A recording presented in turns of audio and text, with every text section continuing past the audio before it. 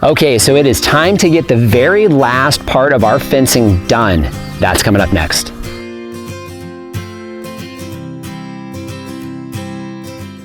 Hello everyone, this is Dwayne with Edge of Nowhere Farm, and we're coming to you here today. It is Saturday, March 21st, 2020. So now here we are, we're going to be finally wrapping up our series on our farm fencing. Well, at least we're going to get all of our fencing done so that we can start planting. So what we're left with this gap. If Lori wants to slide down that way, you'll see they're still finishing up, have to come back and paint the rest of the front fencing. And what we're working with is where that contractor fencing finishes, which will eventually be white. We're going to continue down this way with kind of a slat rail fence. So that's what we're actually working on today. Here's the plan for today. What we need to do is we need to get some measurements done. You'll see we have the area here. We've got an H-brace installed there. Now, we thought we would actually be utilizing that for barbed wire. However, after seeing the end here, we had them go ahead and cement in one of our posts at 5 feet tall. That way it's the same height as the rest of this. And because that is a slat, this is the front of the property, Lori really wanted something that actually kind of flowed through and was similar or matched the rest of this fence. So instead of continuing this with barbed wire, we thought we would go ahead and do this slat rail fence. Now, disclaimer, like I've talked about before, Lori and I have never done this before. We watched a couple of YouTube videos on this the last couple nights just to kind of get an idea of what we needed to get done in order to get this up and running. Let's go ahead and take a look at our supplies for today. So first things first, obviously we need posts. We're gonna go ahead and continue using the 6-7 posts that we've been using for our H-bracing. We're gonna be dropping those in the ground. We have 4 of those that we're gonna need to place so that we can get our spacing correct off the rest of this line. Next thing would be cedar planks. So we have cedar planks here. We don't have these cut to size yet, but we did get sizing that I think will fit okay, and that we'll only have to do some small cuts on. And then we are going to be utilizing some blue stain pine 1x4s. And we'll have those actually to basically connect the gaps at all of the posts. So it'll make more sense once we get to it. We will be using 3-inch screws to get these attached. I prefer using screws because number one, they're reusable, and number two, I just think you get a better seat than you do nails, have a less of a tendency to pull out. So I'm hoping that will do well. And then cedar, we're using cedar because it does resist bug damage and things like that a little bit better than pine does. So a little more expensive, but I think that it's going to look really well. And I think it'll match these posts pretty well also. So we probably will go ahead and finish those. Really probably going to just use something like a Thompson's or some other water sealant in order to seal those to make them last a bit longer. We'll do the same thing with the blue stain pine. Now, we did take some measurements, so let's go ahead and take a look at what we're dealing with as far as the length that we're going to be laying out. Here we are at the convergence of lines. So we basically have an orange straight line at the property line down there. We have it run to the final post this way. So we're obviously not going to be working with this. This is the open area in front of the fence. This is where we're going to have our corner posts. So not an exact 90-degree angle, but we wanted to make sure I've got this straight line here to make sure that we have the 2 posts that are going to go in here straight. And then we're going to have a couple posts that are going to be on this line here. We wanted to make sure that we kept those even with that first post that you see there at the end of our white fencing. So we have our measurements taken, so we've got a little over 21 feet to come this way. So spacing wise, we're looking at about 7 or so feet between each one of the posts here. And then here we've got a little over 11 feet, so we're gonna just cut this in half. So we'll have something about 5.5 feet, give or take. So we've got 2 posts to place here. So what we're gonna do is we're gonna go ahead and take our measurements and we're gonna mark where we're gonna be putting these posts into the ground.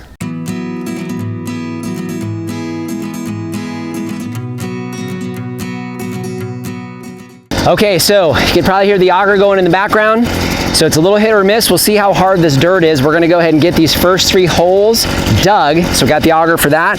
Once we get that corner post in, we'll be able to do our measurements as far as the distance for the post between the H-brace and this corner. So Laura and I are gonna get to the auger and get these holes dug here.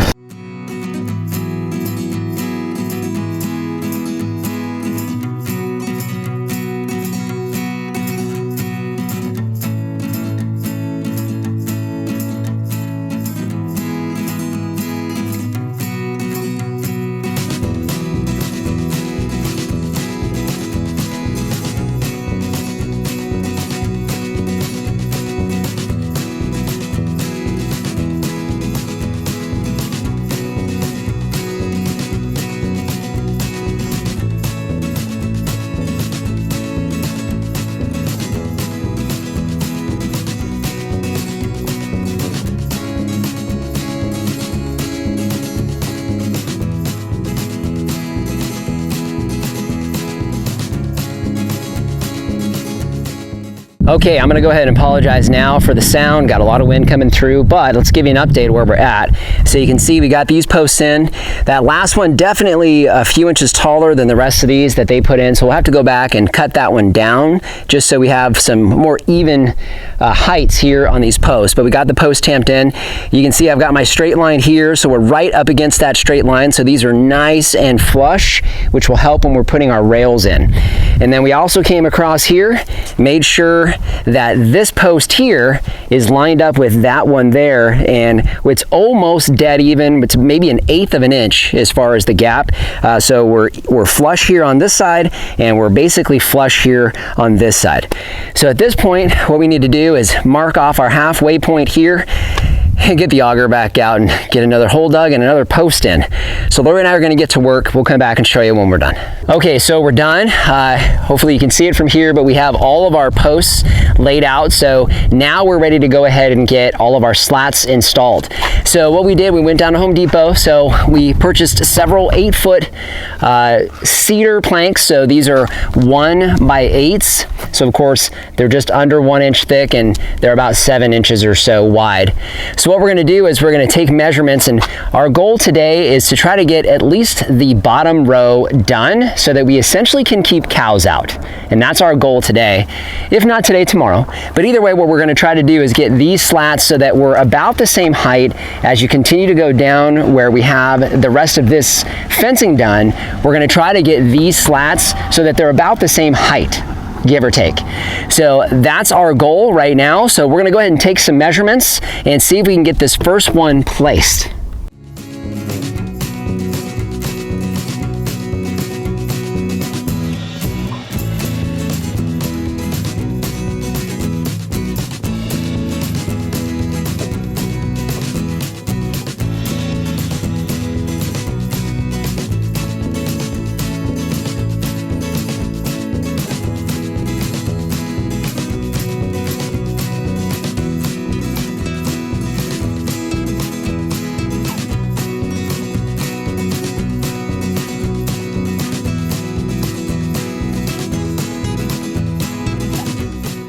Okay, so you can see what we did. So essentially what I did is I am a big fan of pilot holes. I don't like splits in wood, so I did do a pilot hole. We've got number 10 3-inch screws, so they're galvanized screws. So we've got that set. I have an offset on that middle screw to make sure that I'm not in the same grain. But for the most part, that bottom one's done. So nice and even. So we've got our level on there. We're nice and even there. And I think it looks pretty good. So obviously what we want to try to get accomplished tonight, while we still have a couple more hours of sunlight, we want to at least get our bottom row done all the way down. So Lori and I are going to get to work and get this bottom row in.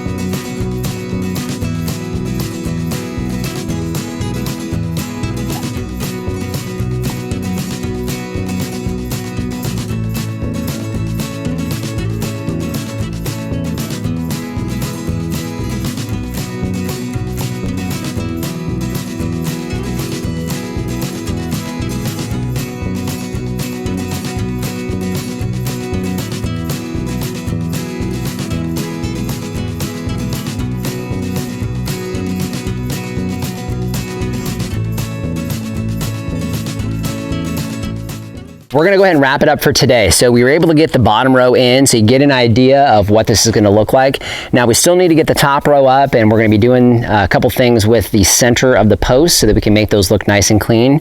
However, this last section right here, so our H-brace where we thought we were going to wind up doing our extension of barbed wire, that's actually done. So we do have some plans as far as what's going to kind of take the place of that middle section there. We'll probably wind up actually boarding that in completely because we'd like to put a farm sign up somewhere. We're going to come get back to this tomorrow morning.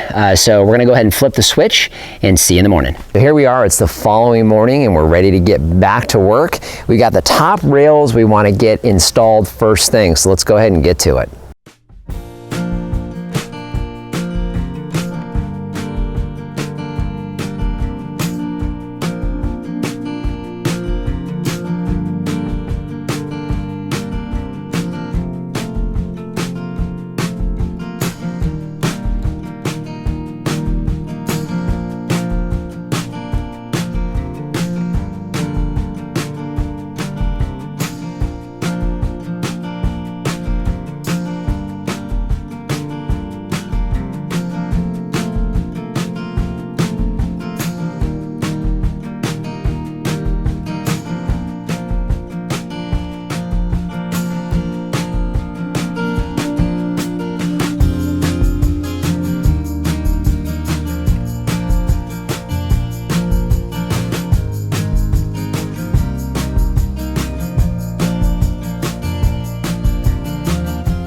Okay, so we're done. If Lori wants to glance down that way, you'll see how the planks look up here on the fencing, and we've got it matched up pretty well and make it kind of continuous and kind of flow from this area here where we have the metal rail fencing. So now what we need to do is we've got these kind of connection pieces here. You'll see it real well here. So we got these connection pieces. Now, one of the things that I know will happen is these boards will warp and they'll have a tendency to want to pull out from these screws. They'll twist and do all kinds of crazy stuff. And also it looks unfinished. So what we're gonna do, we are gonna use blue stained pine. So I've got some blue stained pine 1x4s, that's these here. So we're gonna use these guys here. Now these are unfinished, so we will come back and finish these with like a Thompson's water seal or something like that. But what we're essentially gonna do is we're gonna measure it out so that I've got this board covering those gaps and center it as best we can on the post. So we're gonna come back through, get these cut down and get these placed.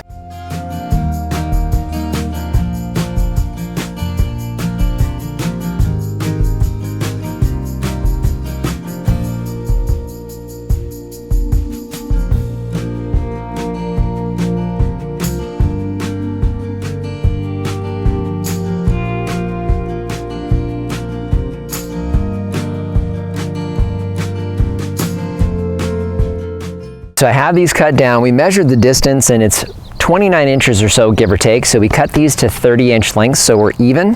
So now what we're gonna do is we're basically gonna just attach these so that it's even at the top and make sure that it's level side to side. So we're gonna go ahead and work on these. We've got all of our slats laid out. So we're gonna go ahead and get these set and show you what it looks like when it's completely done.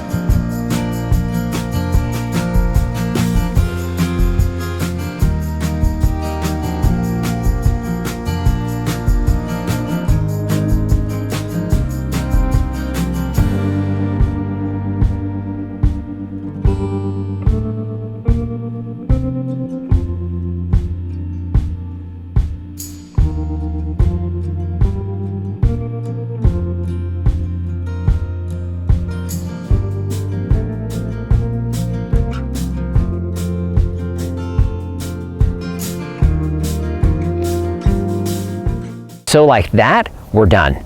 So you can see we have all this done here. I really like the way this matches in with the metal fencing. As Lori pans out, you really see how it matched up really well. Maybe not perfect, but in the end it looks pretty darn good. So now those upright braces that we attached, we chose that blue stain pine for a reason. The treated wood that Tractor Supply uses is a little different from what we typically find here on the West Coast, and it's kind of a greenish yellow tinge that it gets to it. And the blue stain pine kind of has something very similar, kind of a bluish yellow tinge. So in the end, I think that matches up really well and really makes this fence look very, very good to finish up that fencing. Now, I probably should mention, this actually completely finishes the fencing for the entire portion of the property that we needed to get fenced before we got to planting. So Lori and I are really excited. We actually have the rest of the day today, and I think we're gonna go ahead and start planting some trees, but that is another episode. So just want to thank you for joining us today. If you haven't done so already, subscribe to the channel.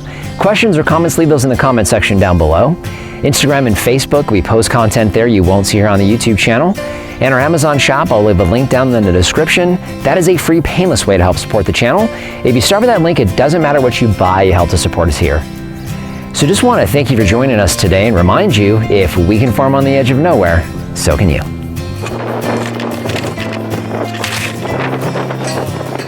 Look it! The Americanas have their own little roost now. Well, oh, they're like, yeah, I got this now. Cool.